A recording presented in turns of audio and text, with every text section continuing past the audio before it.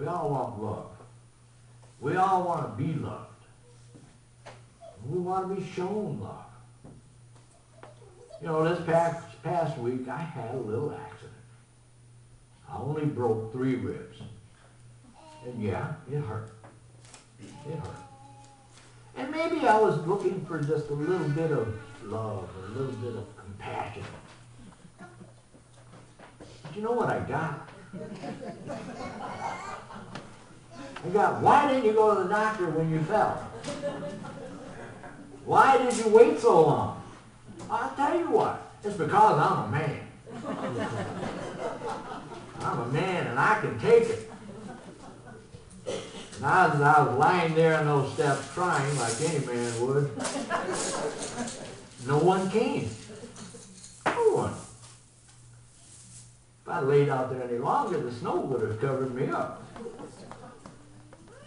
So I crawled into the house and went in like everything was okay. And it was for a while. Actually, for a while, it didn't feel so bad. And people said, you know, you should go to the doctor. And they said, just lay there and suffer then. Well, I went. But it wasn't fast enough for some folks. The donut girls. My pride and joys of Memphis looked at me and said, why did you wait so long? The knitting group, Tuesday night. Why did you wait so long? Joan, the secretary from the district office. Why did you wait so long? Oh, and my dear friend, Pastor Patty. You should have gone to the doctor a lot sooner. Well, I did go. But you know what? A little sympathy, a little compassion would have helped a little bit. Where was the love? That's what I want to know. Where was the love? Do you think that the Pharisees loved Jesus so much that they had to come and warn him about Herod? Jesus knows that going in front of Herod would not be the wise thing to do until it's time to go in front of Herod. Herod had already killed John the Baptist, and for him, Jesus would just be another notch on his gun belt.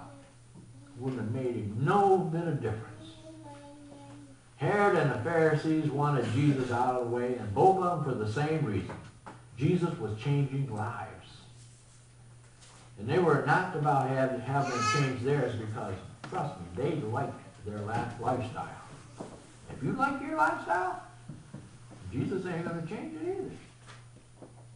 Jesus is not going to change it if that's what you like. But not Herod, not the Pharisees, not even a host of demons could stop Jesus from doing what he had come to do. And what he'd come here to do was pay a death penalty. Pay a death penalty for sin. He did that so each and every person who is willing can be forgiven and can have a chance to start over again. Jesus will not force you from following the fox. Not going to keep you from following the fox. He can raise people from the dead. He can walk on water. He can feed people with just a small amount of food. And yet, he will not force you to love him. He won't do it. He will not stop us from shutting the door in his face, especially as we move into the darkness and become defenseless with our many Herods that are out there waiting in the shadows. And one of the hardest things in this life is loving someone who will not love us back. That's true. Loving someone who will not love us back. But Jesus does have a plan. He plans to keep offering us love.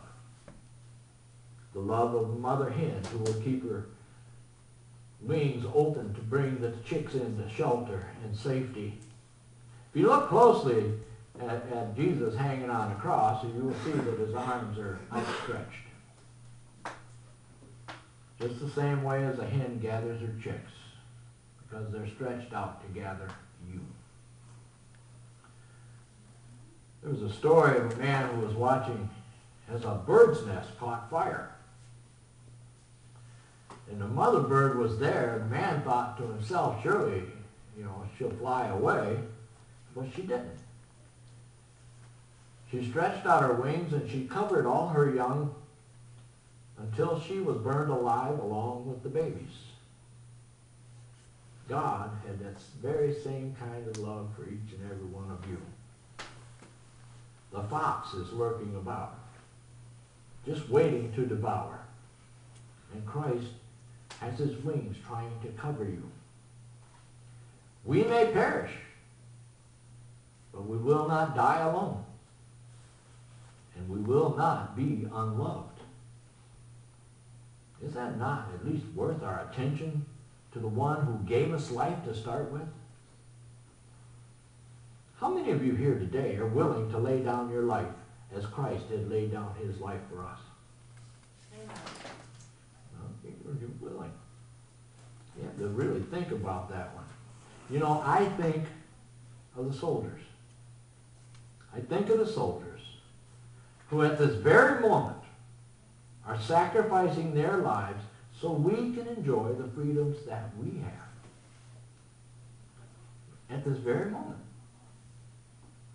I think of them as the hen, doing her best to keep us safe.